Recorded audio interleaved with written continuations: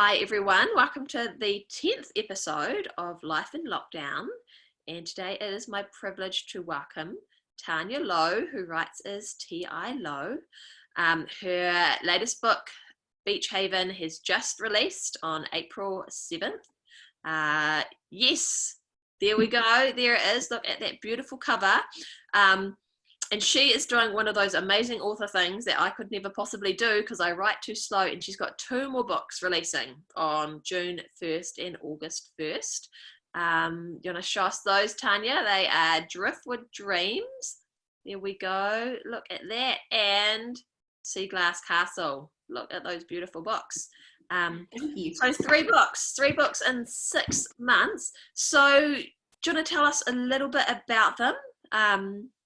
What are they, women's fiction-y? Yeah, contemporary romance. Thank you for having me today too. Oh, you're very welcome. I've been enjoying these episodes. They're women's Christian fiction. They're all the good romance. They're set on the beach. What we call, I'm near Myrtle Beach, South Carolina. I don't know. So we're right on the coast, and it's called the Grand Strand. And so each book's set on the Grand Strand. And the first one is about Opal Gilbert and Lincoln Cole. He's a war veteran, and he comes back wounded, and he has to start a new life, a new job. And do you know Joanna Gaines from Fixer Upper? Yes, Chip and Joanna. Yeah, they are famous in New Zealand in certain circles.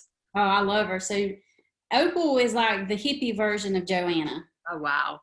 So she owns a refurbished furniture store. Like, she'll take a piece of junk and change it and turn it into something beautiful. And so the whole story revolves around taking something that was once used for one purpose and repurposing it for something else. And through that, Lincoln decides he has to go through the journey of figuring out that even though he's not a soldier anymore, that he has different talents and a different path for himself. So it's a sweet story. He's an ornery old thing. He's a big old teddy bear though. It was fun to write. Like we mentioned when we were talking before, I haven't had a chance to read it yet because I have just last night turned in edits on Start With Me, but I have it waiting for me on my Kindle, so I'm excited to read it now that I have a bit of a break. Mm-hmm. So one of the things that we have been talking about in Life in Lockdown, or the whole point of the series actually, is to talk to different authors about what their lives are like in the COVID-19 world. So can you tell us a little bit about where you live in South Carolina, what kind of restrictions that you're living under there, and kind of, I guess, what the difference is in your life now versus how it may have been a few months ago? I believe it's about the same as everyone else. We've been told to stay home. We found out this week the kids have been home for about a year now. I'm kidding. It feels like it. It feels that way. We found out this week that they won't be returning to school, public schools. So they'll start back in the fall, I hope. That's our hope anyway. But my son, he started college this year, and he goes to Charleston, which is about 2.5 hours from us. And he's had a whirlwind of a freshman year. Yeah. And September, he'd been there for a couple weeks, and then we had a hurricane. So they had to evacuate, and he come home for a week with his roommate. And that was his roommate's first hurricane because he was from up north. And now the spring semester, he come home for spring break, and then they told him not to come back. And then we had to schedule a special day. We had a very quick allotted amount of time that we could get in and get it back out to go empty his dorm. Wow. So he's had an experience for his first year. He's doing exams this week at home. And my daughter, she's 13. She's in middle school, and she's doing online work. Wow. And I've always worked at home. So it's not been a big change. I'm blessed that I can work at home, but I'm an introvert. And I saw someone talk about the other day, they're like, well, all the introverts have it made. No, introverts, they're not homebodies. Introverts like being alone.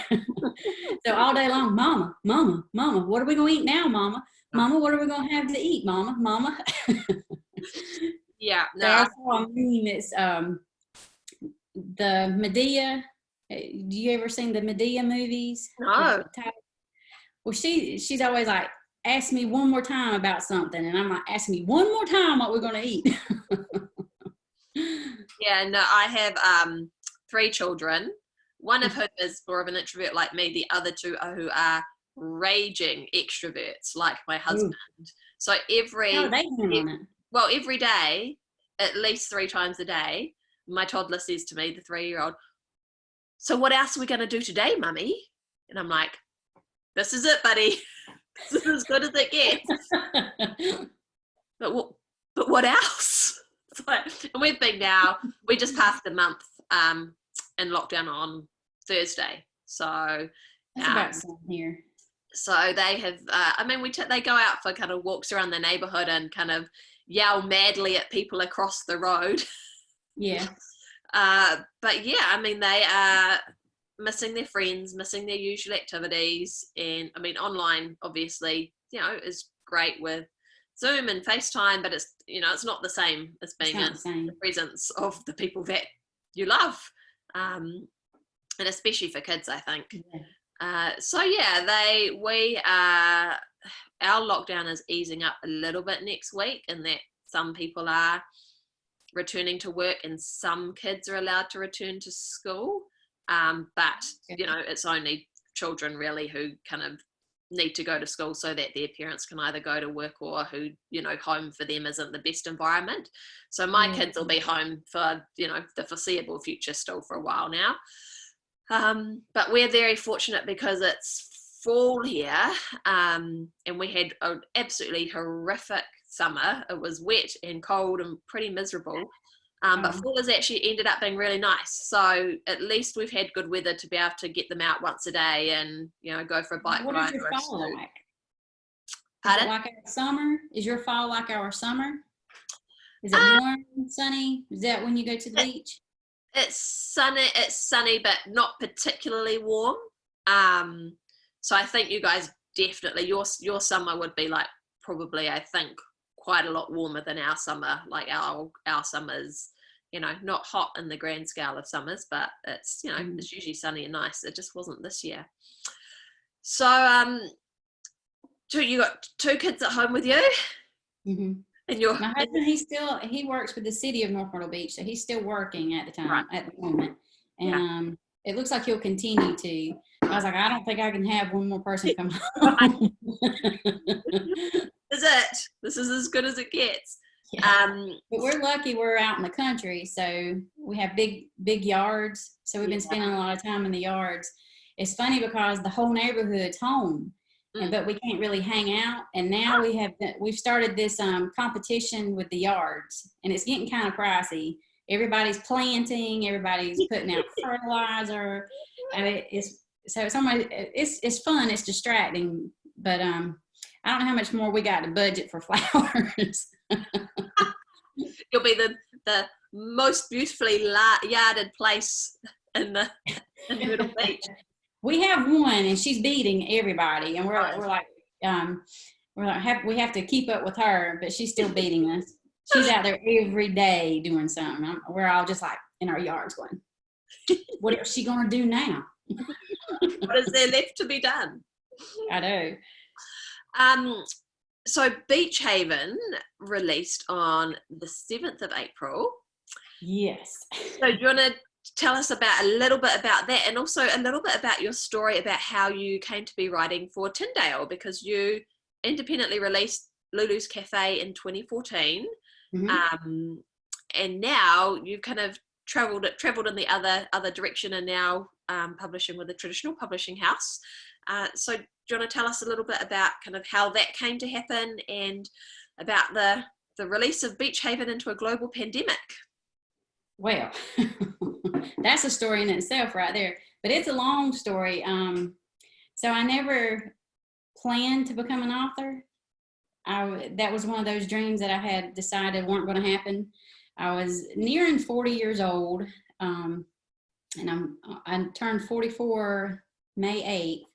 And so the whole idea, that was a dream, and it was being a mom was my main focus. So it didn't really seem like it was going to be much. And then the year that my daughter started kindergarten, 2011, I get all these dates mixed up now. It's like I have quarantine fog brain. I can't keep anything straight in there. Yeah. But my daughter started kindergarten, and I remember one of the things she said before she began, she says, well, Mama, now that I've started kindergarten, what are you going to be when you grow up? I didn't have any children at home. So I prayed about it. I was like, well, I don't know. And went back and forth. I didn't finish college. So that was one of the ideas. Maybe I'll just go back and finish college. And then I'm like, well, maybe I should substitute. That way, you know, if I'm a substitute teacher, I still keep my children's schedule, because I've always done things around, you know, raising them. But nothing, you know, we prayed about it. Nothing clear came about. And a month into my daughter being in kindergarten, my mom was diagnosed with lung cancer. Sorry. So God had the plan. I was to take care of her, help be her caregiver. And so he knew the plan of it. And during my mom's chemo and radiation treatments for the next couple of years, I wrote Lulu. And we had a family member that was abused by her spouse or her live-in guy at the time, and she wouldn't leave him, even though we gave her, you know, options to get out of it. And I never understood it. Well, my mom, she was divorced by that time, but her second marriage, she had went through an abusive relationship too. She said, Tanya, if you've never been in it, you will not understand it. You don't know, because I mean, my mind couldn't wrap around it. You know, I'm like, just leave him, you know, just leave that sucker, get out of it. But, you know, so Lulu was my way of trying to figure that out. So the main character, Leah, she was in an abusive relationship, and it was her journey to get out of it. And through that, I talked to Mom about it, and writing that story, I've always loved to write. I just never shared it with anybody. But Lulu was the first one I really let someone know about. And it became my creative outlet during that time. A lot of times I couldn't, you know, you got chemo treatments, you got appointments to make. She had hospital visits or stays where she needed blood transfusions. And that was just like, I lived it day in and day out. Well, writing was my way to escape that. And she passed away September 2013. But before that, she told me, she says, Tanya, promise me you'll share this story with the world one day. And I try not to get choked up. You had to ask me this, didn't you? Sorry.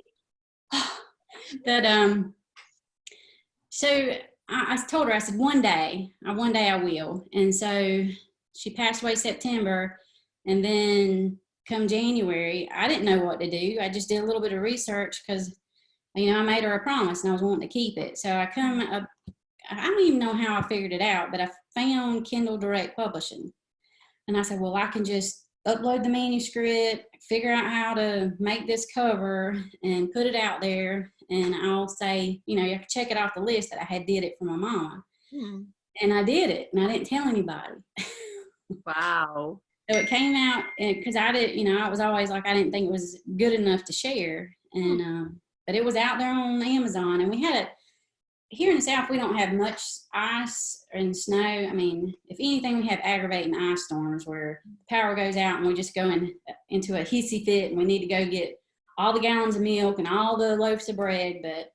And during that time, I finally shared with some, because I wasn't even on social media. And I started a Facebook account that, you know, me and my husband shared, and I didn't hardly ever use it. But during that time, I started telling people slowly that I had wrote a book and it was out there. And then come May, the blame thing hit #1 in women's inspirational fiction on Amazon. Wow. So I was not expecting that.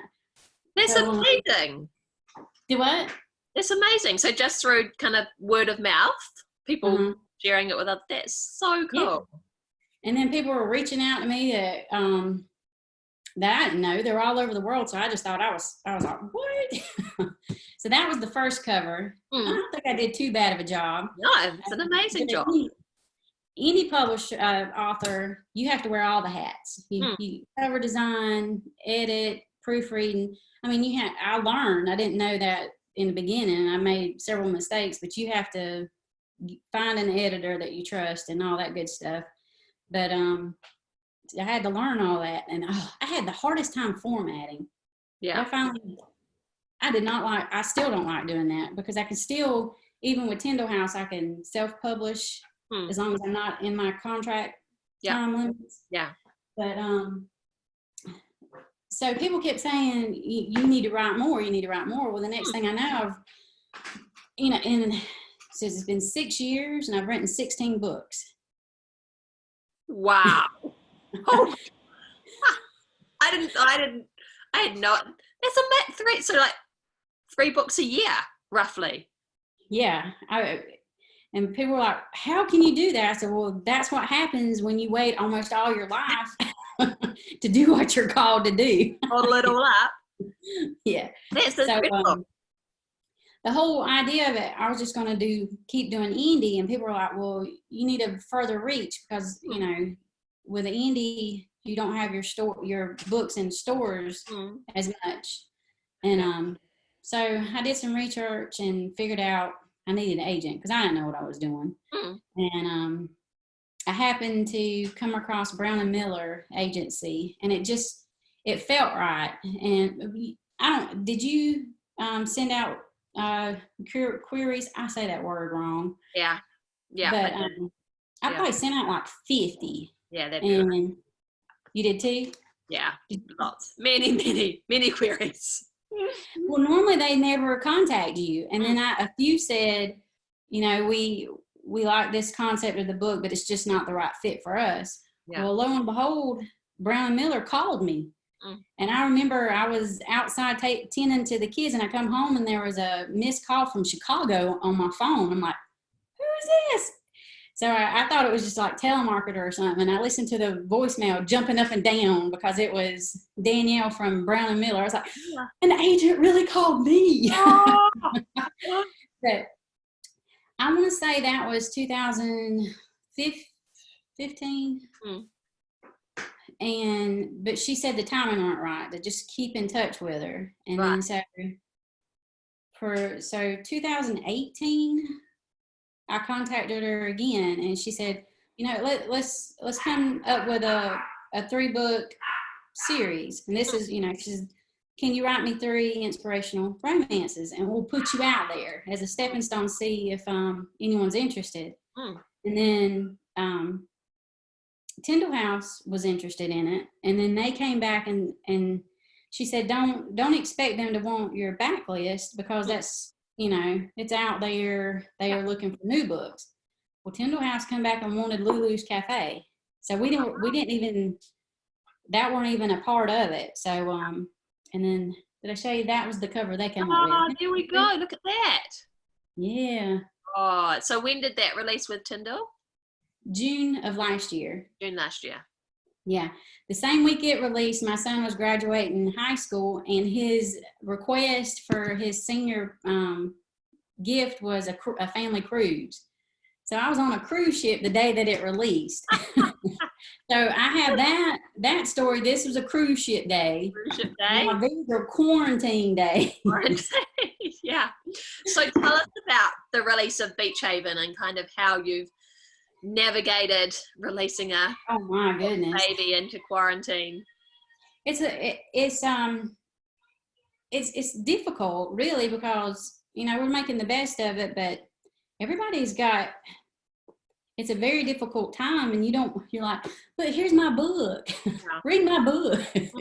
I want to be sensitive to what's going on. And so we've done some online stuff, and I'm doing more of the live chats, which I normally don't do because I stutter and stumble a lot. So I try not, I haven't done a lot of videos, but people really seem to respond well to those. So I'm trying to become more comfortable doing that. And I'm not big time or anything. So I didn't have a book tour set up, but I did have a book stroll. I was going to stroll through my town. So we had to cancel a few little gatherings, and I don't know if the wild thing of it is, I don't think anything's going to go back to exactly how it used to be. No, I don't think so. I mean, for everybody, after we get past this. So I'm not sure if resetting those up is something that we should do for this series or not, but we're just playing it by ear. One thing, the day that it came out, Amazon had it out of stock. So that was a bummer. No. And then, yeah. Come on, Amazon. And then I've had several readers contact me that they can't get their book shipped to them. So, but hey, it is what it is. We're just trying to make the best of it, and I apologize. And they just want the book, and I'm glad they want the book. Yeah, but you're not personally shipping the book. No. I think sometimes they don't understand that so much. Yeah, well, it's kind of like those 1-star reviews that you see where, you know, they're like, well, the book was late and the you know, it got damaged. And you're like, I know. It's not me. It's nothing to do with me. Don't put that on the poor author's book. I read one. It was Tessa Afar. Yeah. Am I saying her name right? Yeah. And they were like, only bad reviews for her book was the book was damaged. And I'm like, don't put that on hers. No, that's not her fault. You know, I know. And all those, you know how we don't hate to even harp about reviews, but they really matter. You know, if you have a lot of reviews, it catches people's attention. Yeah. And if you got a lot of 1-stars for ridiculous stuff like that, that really messes up your. I don't even know how the algorithm works anymore. Do you? Well, it does mess up your ratings because, you know, a lot of people will jump on, and if they see you've got some reviews, but you've only got, I don't know, a 2.5-star average, say, just off the top of my head. Yeah. A lot of people won't look any further. They won't actually scroll down and go, oh, actually, she's got 10 1-star reviews because someone completely wrecked the shipping. Yeah. All of these great reviews for the actual content in the actual book. A lot of people will just look at the overall average and just go, oh, no, and just move on really quickly. So it does, especially, I mean, if it's a really big author who gets thousands of reviews, then it's not as bad. But if you're a smaller, mid-sized author who, you know, is kind of like grateful for every review that you get, Exactly. you know, all it takes is a couple of those to really kind of bring your average down. Mm-hmm. I tell my friend, she was asking about reviews. She said, you never know what to believe. She said, a real popular book can come out and they'll have like thousands of 5 stars. She says, did they get paid? And she says, it almost doesn't seem real. I said, well, don't even look at the 5-star nor look at the 1-star. I always look at the 3-star because those are normally the ones telling the truth. Yeah, and I love 3-star reviews. I always say as well, depending on how long a book has been out, you know, the reviews in, say, the first month or so are often either an author's really big fans or, you know, people who have gotten advance copies from the publisher. But if a book's been out for a few months, and if you start looking at the reviews that are kind of 3 to 6 months post-release, then that tends to be people who are either new readers for the author and have picked up the book for some reason or another, or, you know, who like the author, but the author's not, you know, the must buy, must read the day it comes out kind of list. And so that if you haven't read anything by that author before, that tends to give you more of an indication in terms of where it's landing more generally. I think so too. So are you working on anything at the moment? I am. I don't know about you, but I find it hard to focus on reading at the moment. Like I have several books on my Kindle that I'll read a chapter and then I'll pause and I'll go do something. I can't focus on that. But the funny thing of it is, I have another 3-book series that is probably going to be with 10 hours. Yeah. Negotiations are going on at this time, so there's hope. There's still things going on in publishing houses. Everybody's just going to have to, I think, be understanding and be a little bit patient.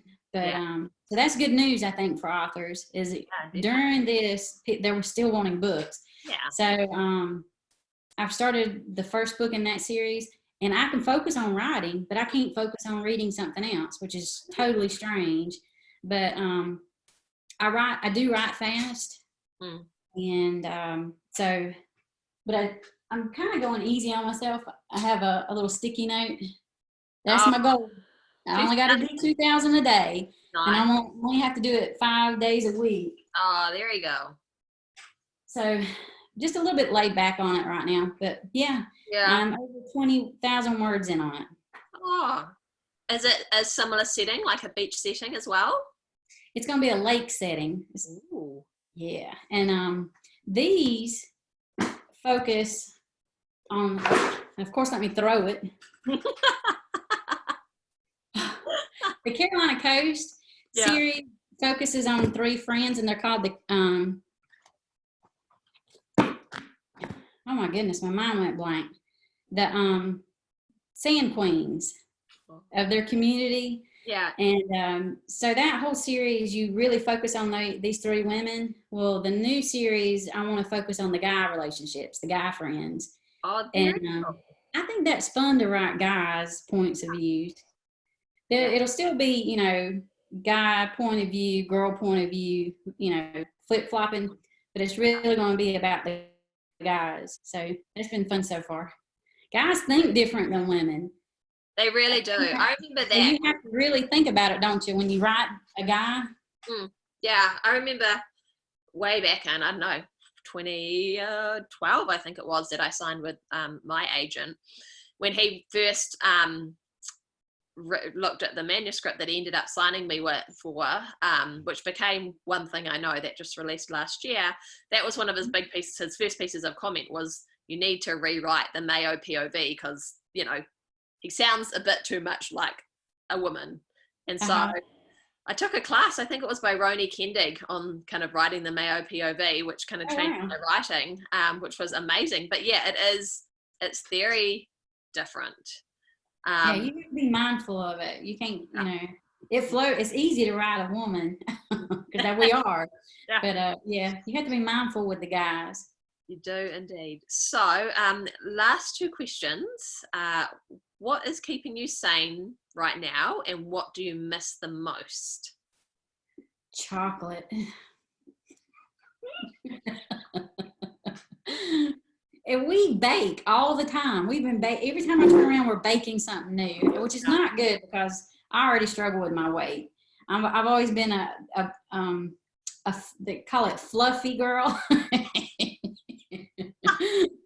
And so even though I'm enjoying chocolate, and I saw this meme that says try your jeans on every so many days to make sure they still fit. They fit, but they are not fun to wear. I wore jeans to the grocery store yesterday instead of sweatpants. And by the time I got home, we put the groceries up. I was like, I got to go change. I got to get these things off.